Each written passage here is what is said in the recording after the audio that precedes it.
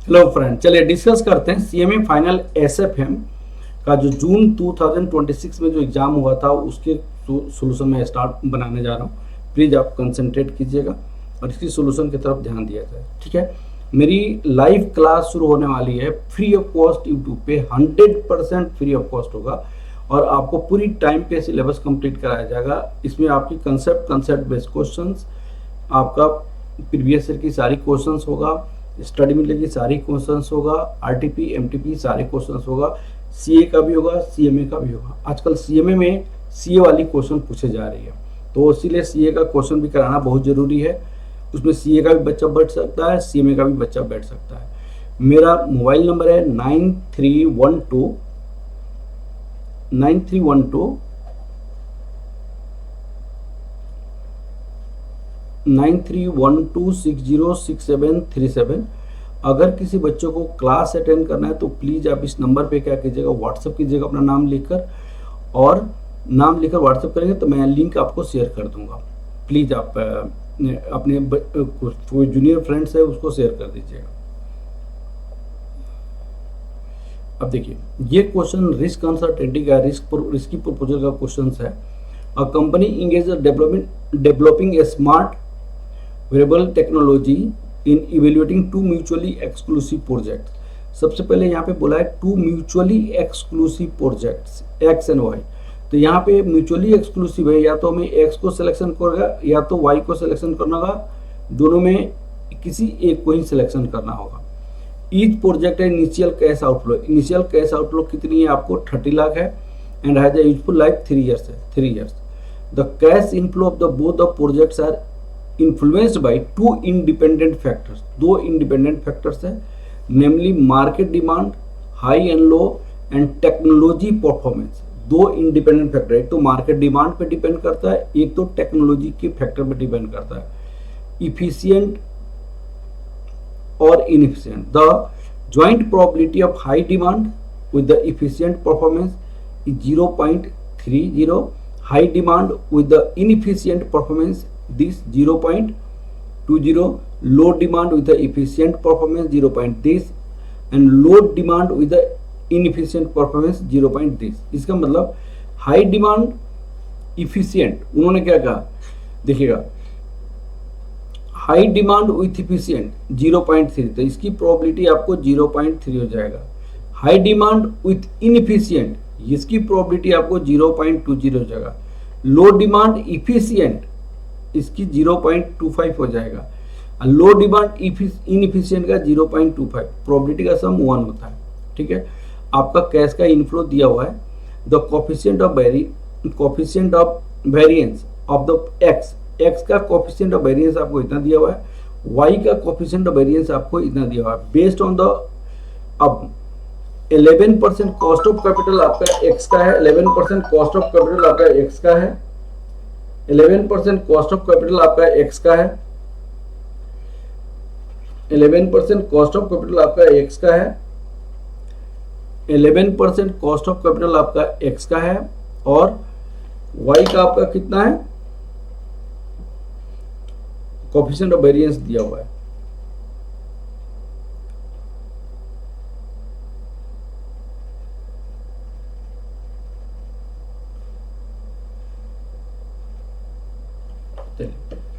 यहाँ पे coefficient of variance already दिया हुआ है, और यहाँ पे 11% कॉस्ट ऑफ एक्स का है, वाई का कोफिशिएंट ऑफ वेरिएंस आपका 14% है। The present value of annuity factor आपको दी हुई है क्वेश्चंस में। ठीक है, the management of the risk averse में रिस्क कम लेना चाहता है, and the aim to select the project that offer the optimal balance between the risk averse and return. जो ऑप्टिमल बैलेंस है उस पर डिपेंड करता है। तो सबसे पहले आपसे क्वेश्चन पूछा गया, assess the expected cash inflow for the project X and Y. तो इसका आंसर मैं बनाने जा रहा हूँ। यहाँ पे कैश का इनफ्लो दिया हुआ है, प्रोबेबिलिटी दिया हुआ है, कैश का इनफ्लो से प्रोबेबिलिटी को मल्टीप्लाई कर देंगे तो एक्सपेक्टेड कैश इनफ्लो हो जाएगा। यहाँ पे फर्स्ट पार्ट का answer of first part, calculation of expected cash inflow, calculation of expected cash inflow of X and Y.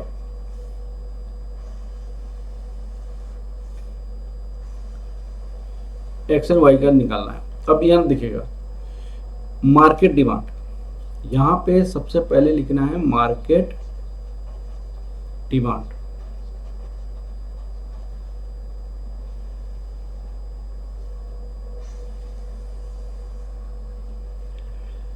High high low low, या तो हाई हो सकता है,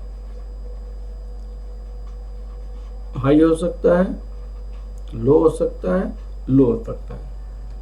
अब देखिए, अब आपको यहां पे टेक्नोलॉजी परफॉर्मेंस, टेक्नोलॉजी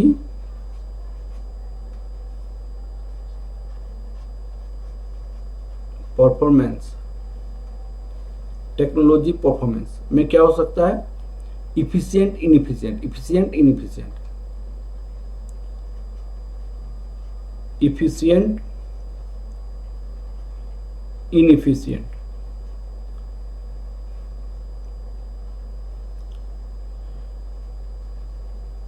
इफिशिएंट इनइफिशिएंट, ये सारी चीजें आपको दी हुई है क्वेश्चंस में।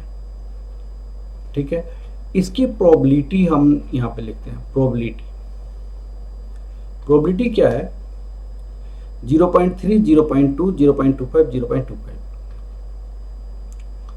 0.30, 0.20, 0.25, 0.25 कंडीशनल प्रोबेबिलिटी है। अब आपका प्रोजेक्ट एक्स में लिख देता हूं, प्रोजेक्ट एक्स, यहां पे कैश फ्लो, यहां पे एक्सपेक्टेड कैश फ्लो, ये प्रोजेक्ट एक्स का हो गया। अब आपको इसको कैश का फ्लो क्या है, ये लैक्स में लिख दीजिए, लैक्स में डाटा को लिख दीजिए, यहां पे भी लैक्स में डाटा को लिख दीजिए, लैक्स में डाटा को लिख दीजिए। अब आपको लैक्स कितनी है, 18 लाख, 40 लाख, 12 लाख, 8 लाख, 18 लाख, 14 लाख, 12 लाख, 8 लाख, ये सारी डाटा लैक्स में है। अब एक्सपेक्टेड इसका कितना निकलेगा, एक्सपेक्टेड निकलेगा इसकी प्रोबेबिलिटी को मल्टीप्लाई करके। तो एक्सपेक्टेड कैश फ्लो क्या होता है, cash flow summation of P I x I, probability को कैश की फ्लो से मल्टीप्लाई कीजिए, उसको ऐड कर दीजिएगा। तो यहां पे आपको 5.4 लाख हो जाएगा, 2.8 लाख हो जाएगा, यहां पे 3 लाख हो जाएगा, यहां पे 2 लाख हो जाएगा। तो एक्सपेक्टेड कैश फ्लो इनका कितना हो जाएगा, 13.2 लाख हो जाएगा। अब आप क्या कीजिए, प्रोजेक्ट आप किसका ले लीजिए, प्रोजेक्ट वाई का ले लीजिए, यहां पे कैश का फ्लो लिख लीजिए और ये डाटा लाख्स में लिख दीजिए और एक्सपेक्टेड कैश फ्लो लिखिएगा, एक्सपेक्टेड कैश फ्लो, ये भी डाटा लाख्स में लिखिएगा। अब इनका क्या क्या है देखिएगा, 22 लाख, 50 लाख, 10 लाख, 6 लाख, 22 लाख, 15 लाख, 10 लाख, 6 लाख। प्रोबेबिलिटी ये 22 इंटू 0.3, 6.6 लाख, 15 इंटू 0.2, यहां पे 3 लाख हो जाएगा, 10 इंटू 0.2, 2.5 लाख हो जाएगा, 6 इंटू दिस 1.5 लाख हो जाएगा। अब यहां पे ये कितना हो जाएगा, 13.6 लाख। एक्सपेक्टेड कैश फ्लो का मतलब होता है average cash inflow, average cash inflow of X, average cash inflow of X rupees 13.2 lakh, average cash inflow of Y rupees आपके पास कितना है 13.2 लाख। पहले पार्ट का आंसर आपका कंप्लीट हो गया। उन्होंने बोला कि एक्सपेक्टेड कैश इनफ्लो निकालिए दोनों का, ठीक है।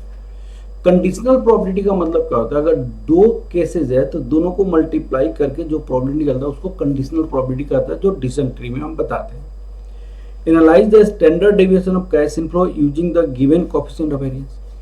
कोएफिशिएंट ऑफ वेरिएंस का मतलब होता है स्टैंडर्ड डेविएशन अपॉन मीन। ये क्या होता है, मीन होता है, मीन कैश इनफ्लो। तो मीन कैश इनफ्लो ऑलरेडी बना हुआ है, स्टैंडर्ड डेविएशन निकाला हुआ है, standard deviation coefficient of variance already दिया हुआ है, तो स्टैंडर्ड डेविएशन निकाला जा सकता है। लिखिएगा answer of second part. Second part का आंसर चेक कीजिए। Answer of second part, calculation of standard deviation.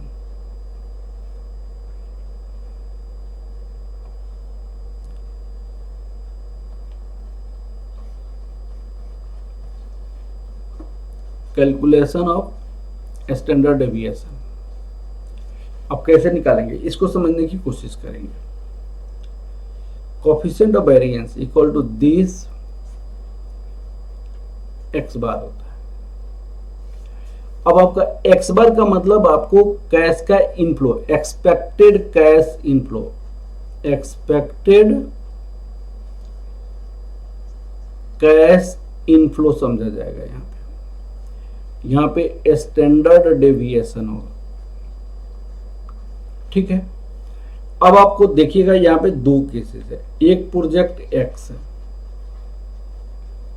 Project x, project x को हम स्टैंडर्ड डेविएशन अगर निकालना चाहेंगे, स्टैंडर्ड डेविएशन निकालेंगे तो कोएफिशिएंट ऑफ वेरिएंस ऑलरेडी दिया हुआ है, और वो कोएफिशिएंट ऑफ वेरिएंस हमारे पास कितना दिया हुआ है, यहाँ पे प्रोजेक्ट एक्स का कोएफिशिएंट ऑफ वेरिएंस आपको दी हुई है यहाँ पे 0.28।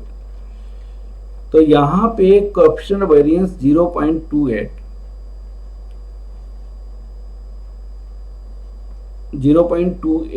एक्सपेक्टेड कैश का इनफ्लो कितना दिया हुआ है 13.2,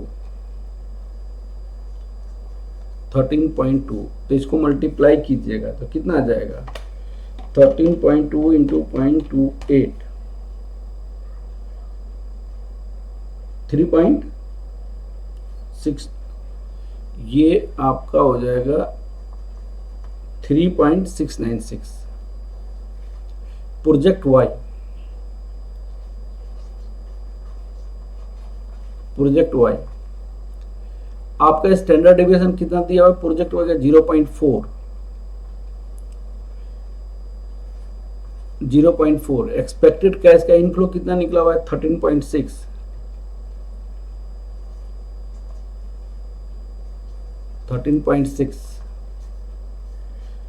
तो 0.4 इंटू 13.6 से मल्टीप्लाई 5.44 ये हो। अब आपको तीसरे पार्ट का आंसर, तीसरा पार्ट में क्वेश्चन क्या पूछा है आपसे, assess the net present value of the project, calculation of net present value,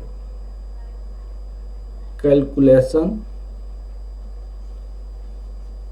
net present value। Net present value को कैसे लिखा जा सकता है, net present value equal to present value of cash inflow minus present value of cash outflow. यहाँ पे project x लिख दीजिए। हमारे पास हर एक साल का कैश का इनफ्लो कितनी है 13.2 है, rupees 13.2 into present value annuity factor 11% से इसका है, क्योंकि x को 11% पे उन्होंने कहा कि x 11% से है और 11% का प्रेजेंट वैल्यू फैक्टर आपका 2.444 है।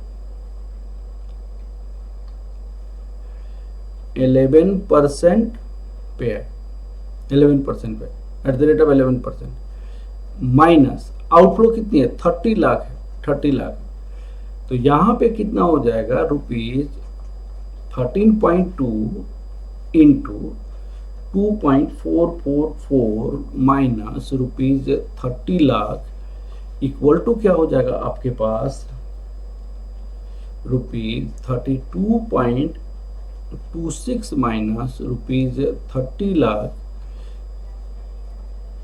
2.26 लाख आपके पास हो जाएगा, 2.66 लाख। तो ये आपका 2.26 लाख हो जाएगा, 2.26 लाख आपका हो जाएगा। अब आप प्रोजेक्ट वाई का ले लीजिएगा, आप प्रोजेक्ट वाई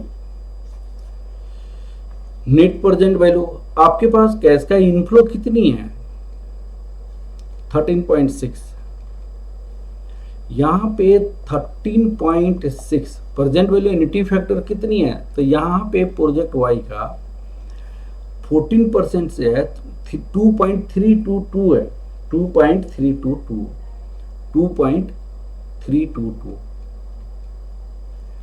यहाँ पे 2.322 माइनस रुपीज 30 लाख, तो इसका आंसर कितना हो जाएगा आपका 131.58 माइनस 30 दैट इक्वल टू 1.58।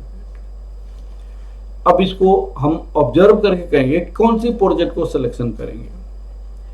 यहाँ पे सिलेक्शन, यहां पे आपके पास प्रोजेक्ट एक्स है, प्रोजेक्ट वाई है। नेट प्रेजेंट वैल्यू 2.26 लाख, यहां पे नेट प्रेजेंट वैल्यू कितनी है 1.58 लाख। स्टैंडर्ड डेविएशन कितना निकला हुआ है हमारे पास,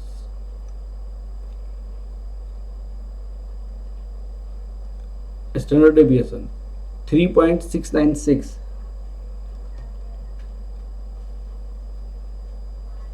3.696 और इसका स्टैंडर्ड डेविएशन कितना निकला हुआ है 5.44। Coefficient of variance, coefficient 0.4, 0.28।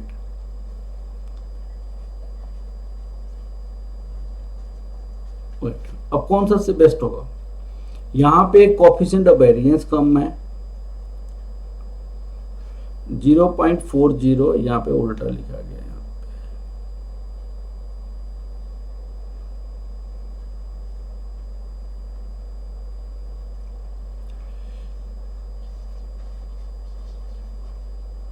Selection में एक बार और लिख लीजिएगा, प्रोजेक्ट एक्स और यहां पे वाई हो गया, दो प्रोजेक्ट हो गया। नेट प्रेजेंट वैल्यू आपका क्या है भाई, यहां पे 2.26, 1.58। कोफिशिएंट ऑफ वेरिएंस क्या है 0.28, 0.40। स्टैंडर्ड डेविएशन क्या है आपका, यहां पे 5.44 है और 3.696 है, 3.696 है। तो बताइए कौन सा बेस्ट होगा आपका, बेस्ट क्या होगा, high net present value, lower coefficient variance, lower standard deviation. तो प्रोजेक्ट एक्स इज सिलेक्टेड,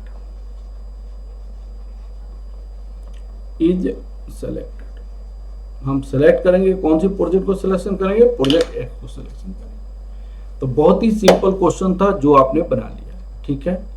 चलिए, all the best for your exam, all the best, all the best.